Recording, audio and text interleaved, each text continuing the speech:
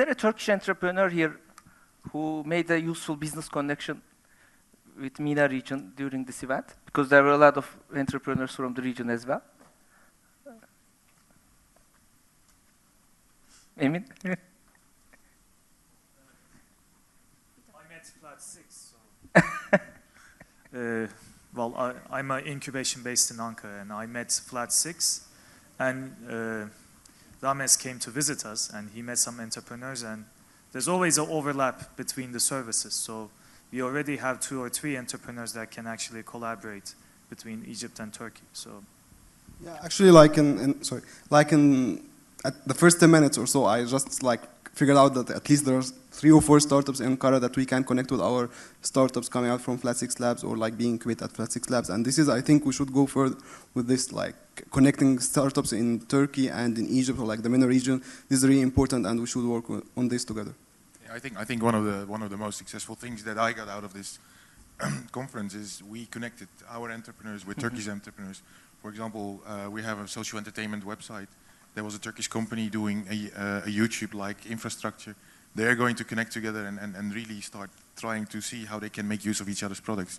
And I think it's much easier than dealing with European entrepreneurs or even US or Canadian entrepreneurs, because there still is some recognition and some cultural similarities. So I think it's a very good thing that we're doing the integration or at least the partnership between Turkey and the MENA region for a lot of possible cooperations.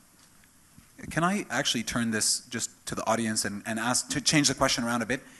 Who thinks here that, or who has an interest in the Arab markets, sees that their company might expand into Arab markets in, let's say, 3 to 5 years?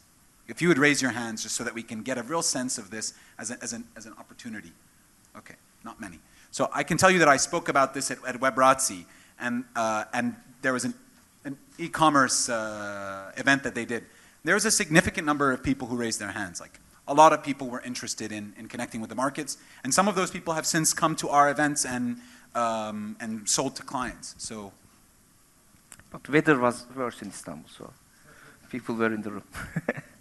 I mean, I tend to oscillate between optimism and pessimism on that question, because on the one hand, I don't actually see a lot of synergies because the language is different and the culture actually is different also. I don't think in Turkey we necessarily have a competitive advantage in terms of knowing how to adapt very quickly to that different language or that different culture. Having said that, there is a geographic proximity. There is a cultural proximity, even though the cultures are different. And there are some examples I think we've named of companies that have been able to bridge that gap somehow.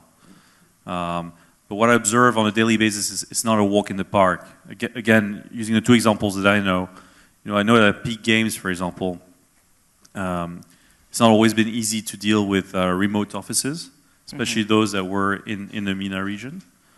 Even the one in Ankara we have trouble with. I'm joking, but I mean, it's tough to work with remote offices in general. And in Marca VIP, for example, my observation is that the culture that developed in the company, maybe in the Jordan office, is very different from the culture that developed in the Turkish office. So it's actually not easy to make it work also on a day-to-day basis from the execution perspective.